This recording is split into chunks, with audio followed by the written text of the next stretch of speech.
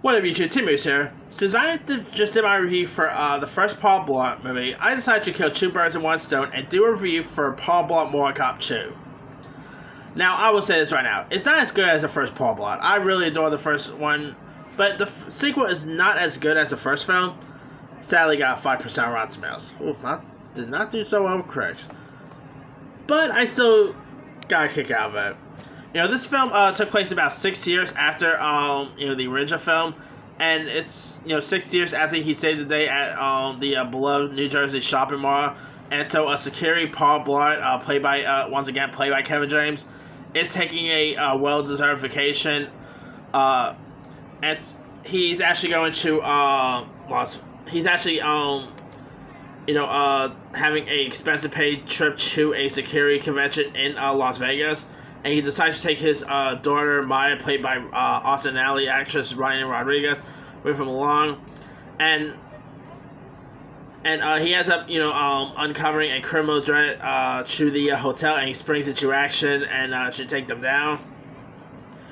The villain is led by Neil McDonough, who you might know from Legends of Tomorrow. He's been in loads of other stuff, like he was in that movie Tin Man. He's a pretty cool actor.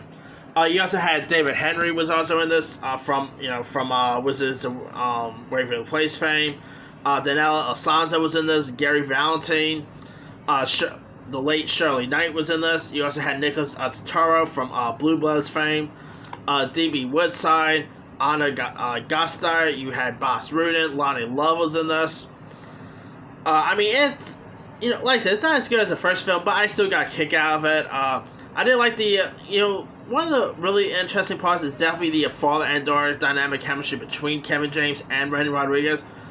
I felt like they developed their father and daughter relationship more in this film than they did in the first one. I actually saw this one in theaters as well. It did not get, unlike the first Paul Blart, it did not get released in January. It got released on April 17, 2015.